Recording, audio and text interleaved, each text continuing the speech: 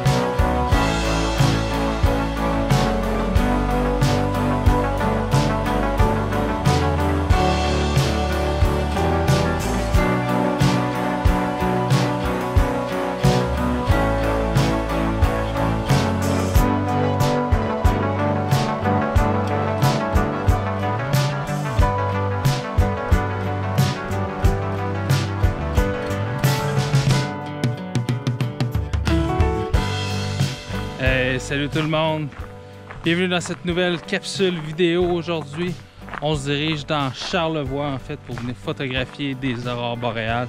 Donc j'ai monté à la dernière minute un petit groupe, donc j'ai 4 clients avec moi et on s'en vient photographier des aurores boréales et le ciel étoilé. Donc les prévisions sont très bonnes pour ce soir, donc on va se croiser les doigts et espérer que le ciel se mette à danser devant nos yeux et nos caméras. La noirceur est déjà bien installée. En fait, habituellement, j'aime bien arriver à l'avance, mais bon, on a eu quelques retards sur le trajet.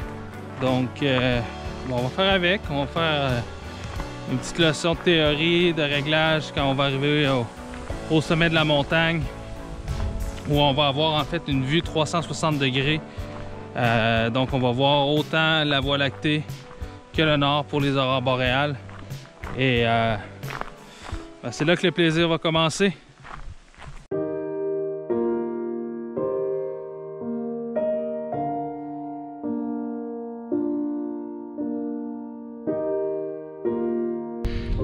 Yes, fait que c'est pas encore levé, mais la lueur commence à être vraiment plus intense à l'horizon. Donc ça augure vraiment bien. Les prédictions, ici sur le sommet de la montagne, on est chanceux, on a du signal cellulaire.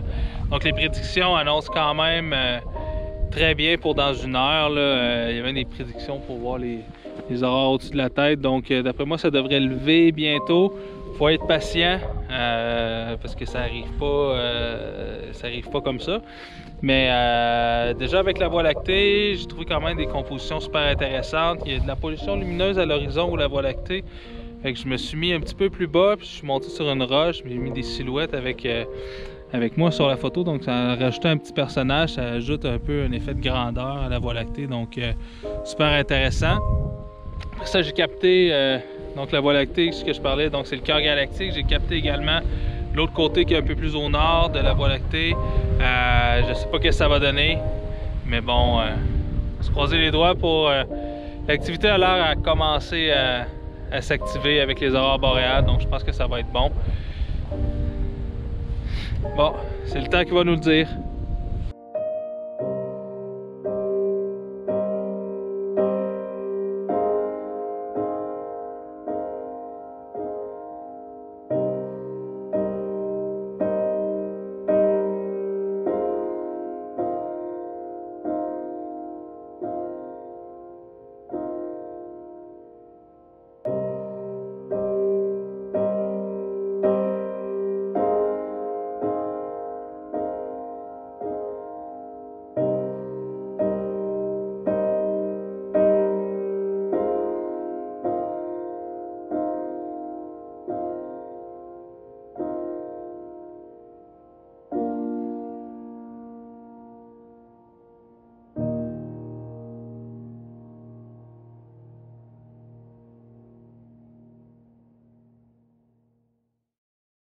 Finalement, il va y avoir un petit peu moins de B-roll en fait sur cette capsule-là parce qu'en fait, j'avais prévu faire plein de time-lapse avec ma deuxième caméra. Puis finalement, j'ai un de mes participants qui avait un problème avec son trépied. Donc j'ai prêté mon deuxième trépied. Donc à ce moment-là, j'ai mon trépied avec qui je fais mes photographies. Et j'ai mon autre caméra qui dort dans le sac parce que je peux pas prendre mes time-lapse. Mais bon, c'est pas grave. Je pense que l'essentiel va être vraiment dans les photographies que je vais présenter au travers de cette vidéo.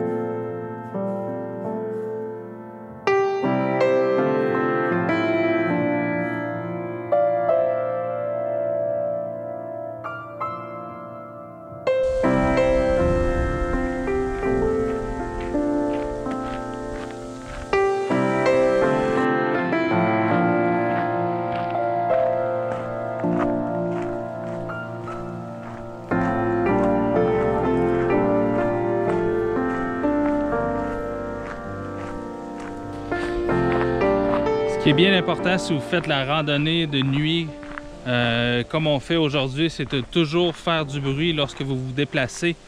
Parce qu'on ne sait jamais sur quoi vous pourriez tomber. Un ours, un orignal. Et en fait, la pire chose qui peut arriver avec un animal sauvage, c'est de le surprendre. Donc si vous avez des clochettes justement pour les ours, si vous avez de la musique sur votre téléphone, si vous êtes à plusieurs, en fait si vous êtes plusieurs personnes ensemble, parlez, faites du bruit, cognez vos bâtons sur le sol, sur la gravelle. Donc c'est le meilleur moyen qu'il n'arrive pas de mauvaises surprises sur votre randonnée. Ben, après ça, c'est pas...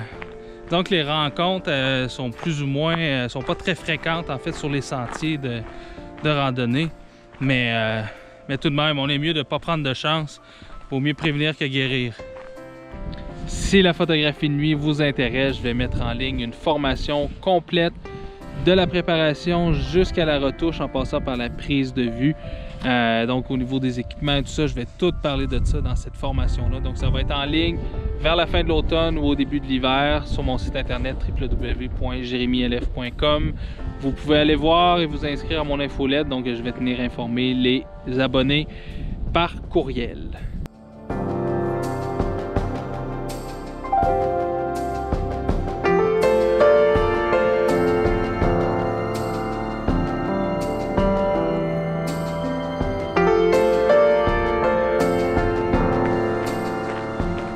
Magnifique soirée passée dans la magnifique région de Charlevoix. Bon, on n'a pas eu le spectacle d'aurore boréale qu'on attendait, mais ça a quand même été très beau. Surtout, on allait plier bagages, puis ça s'est comme mis à bouger. Puis je pense que c'est pas mal là qu'on a fait nos plus belles photos de la soirée. Donc, des fois, il faut être patient et attendre le bon moment.